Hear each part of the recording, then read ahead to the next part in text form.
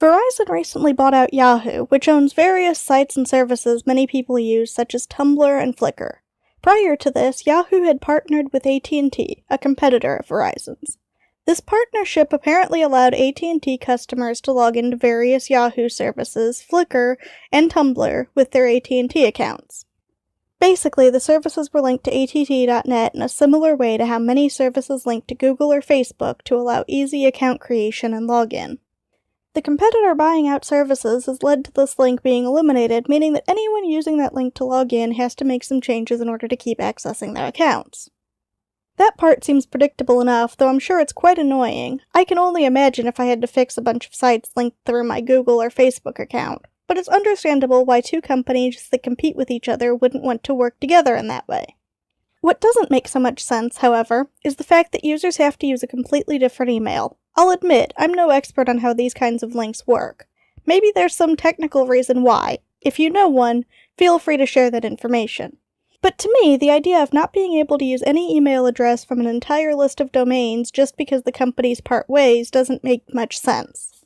Even for services that I could link to my Google account directly, I can also choose to create an account with my email address, the Gmail one, without that link. Why would an account using an att.net email, not a linked account, be a problem? But apparently, that's not even an option.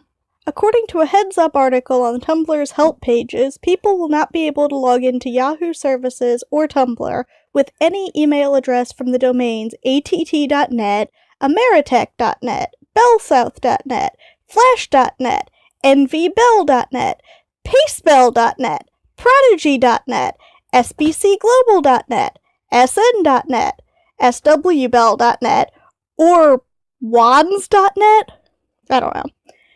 They have to change their listed email to something not on that list in order to continue using the sites. And according to the help article, they've got a whole 2 days left to do it. It has to be done by June 30th, 2017. This particular requirement, having to use an email address not coming from their competition, seems rather suspicious.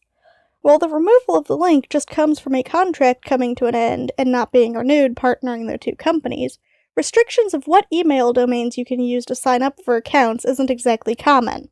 I've seen a few smaller sites exclude even some big names like Gmail due to mass amounts of spam or other issues coming from them. I've also heard of some preventing registration from some temporary address sites or some other obscure sources. That said, I've never heard of a large, well-known service refusing registrations from ISP-based emails or well-known legitimate email providers. And this occurs coupled with Tumblr's unusual silence on net neutrality this time around, with many believing that the reason for that silence is because of Verizon's purchase of the company. Last time net neutrality was under attack, Tumblr was very vocal about the needs for such neutrality to be protected. For anyone who might be unaware, net neutrality refers to the rules requiring ISPs, or internet service providers, to treat all traffic equally in general. This is similar to how our phone companies can't legally make a connection clearer or less reliable depending on if they approve of who is talking to each other, or because the call requires connecting their customers to a competitor's customers. It is also sometimes compared to how an electric company can't create a signal to detect which device you're plugging in and refuse power to ones it dislikes. These limits mean that, as long as the other links in the chain can actually handle the traffic, which sometimes they can't, so this doesn't always happen, and your device doesn't have some software set up to filter some content, any site or service you request will run at the same speed and with the same limitations as any other. Whether you're using Facebook, YouTube, your ISP's preferred media company, a tiny nobody blog or podcast, reading the news, following conspiracy nonsense, talking to friends, or basically anything else at all, it's all treated the same. Nothing is slowed down or sped up based on some behind-the-scenes business deal or the ISP's disapproval for their stance. It also means that the ISPs can't pick certain companies to exclude from some data cap. This is a big thing for cell phone plans, for example, as some companies would like to say you can have X amount of high-speed data, or else before it starts charging extra, per month, but the TV services they own or work with don't count towards that. Some people would like this as well. It's a nice little benefit if you happen to be using that particular service. It's also a way for the ISPs to make their own services have a leg up against the competition.